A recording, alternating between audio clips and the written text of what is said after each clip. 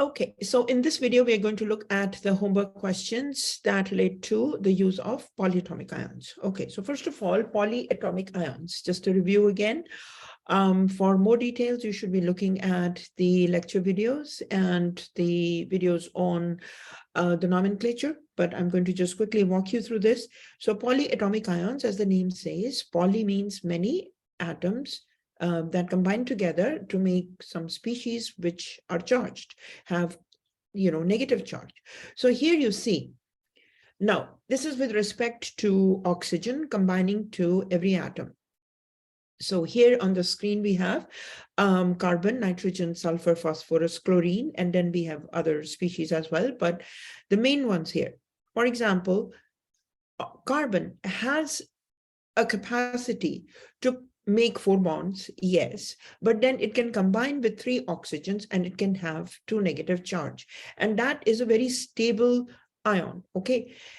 That stable ion means it can stay in a solution and it can survive, in the solution form. So that stable state is carbonate. That's the maximum number of oxygens that can combine to carbon is 3, and that species can have a 2 negative charge. So that is carbonate. Now nitrogen has 2 scenarios. Nitrogen can combine to 2 oxygens and nitrogen can combine to 3 oxygens. If there are 2 oxygens, in both the cases, 2 oxygens or 3 oxygens, nitrogen, there's always going to be in this species 1 negative charge. However, the naming, the lower oxidation state, which means lesser number of oxygen, the name is going to end in ite, I-T-E, T like in Tom. Higher oxidation state, in this case, with respect to nitrogen, is 3 oxygens. So that is 8, nitrate. The ending is in 8. So the difference between 8 and ite is a lower oxidation state, means lesser number of oxygens, and 8 is a higher oxidation state, means higher number of oxygens with respect to one particular atom. So very specific atom. So nitrogen's lower is 3 and lower is 2 and higher is 3. But that's why we have nitrate and nitrite, the 2 states for nitrogen. Now look at sulfur. Sulfur also has 2 states, but sulfur has a capacity to combine with more number of oxygens. So there are 4 oxygens and there are 3 oxygens. Both the species will have -2 charge. But sulfate is the name given to a higher oxidation state, which is SO4, 2 negative.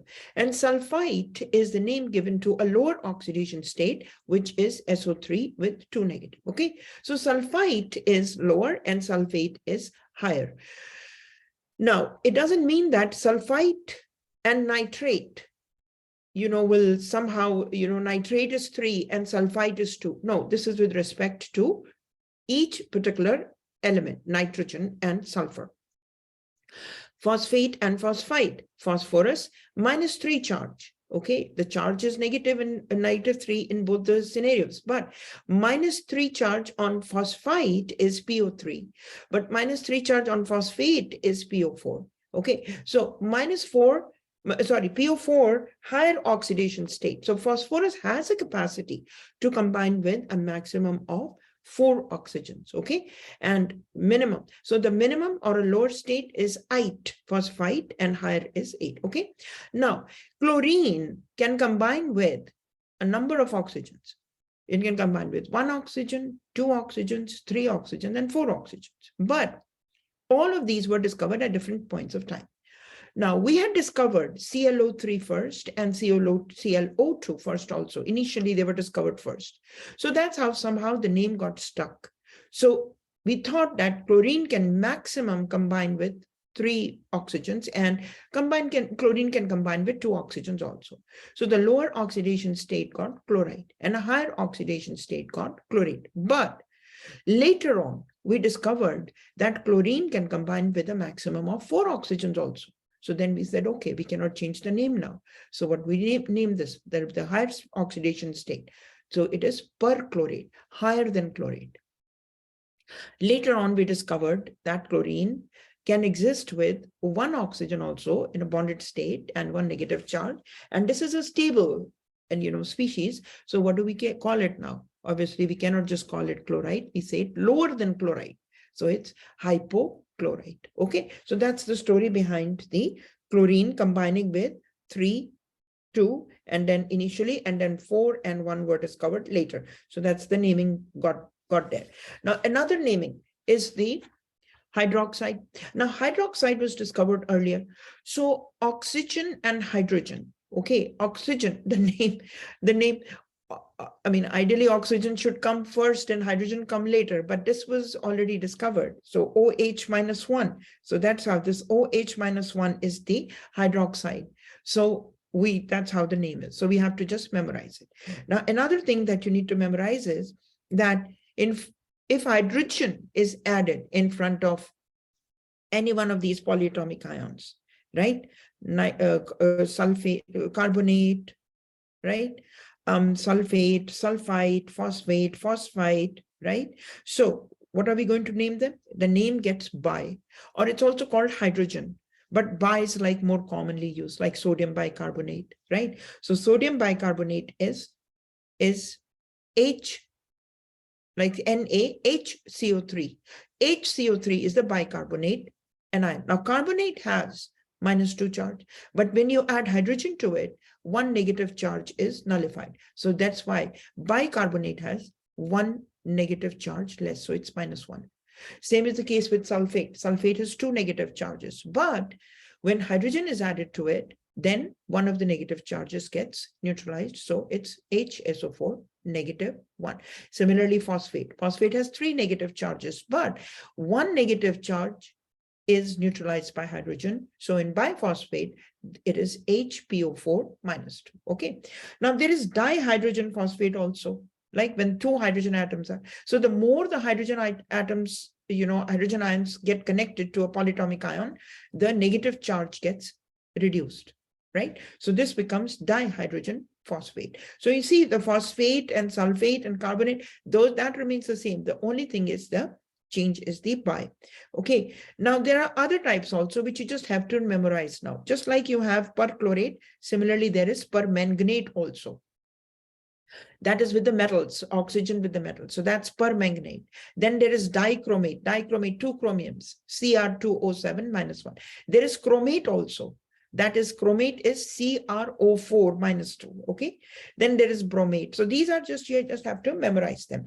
So the good part here is the metals, the name for the metals remains as is, or you follow the rules regarding the ones with the variable, valence states or more than 1 positive charge. So that, and the polyatomic ions, their name remains the same. Okay. So then we just crisscross. Now, here's the thing, whenever the charge, when we are crisscrossing, whenever the charge that you bring down is crisscrossed is more than 1, in that case, the polyatomic ion goes in the parenthesis. So we are going to look at this in this homework. Okay, so now we are looking at these questions. I think it is 31, 33, 37, 39. Okay, so let's look at these.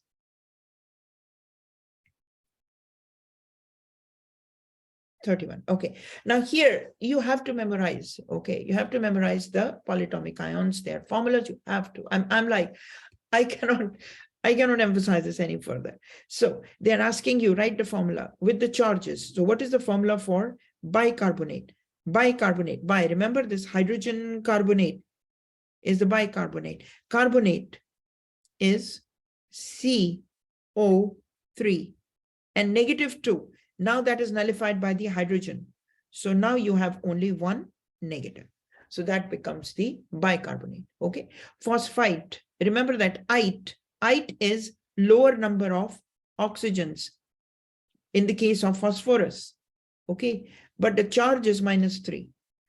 PO3 -3. Phosphite. Okay. So I'm not going to do this any further because this is based on your memorization and making sure that you write the formulas correctly.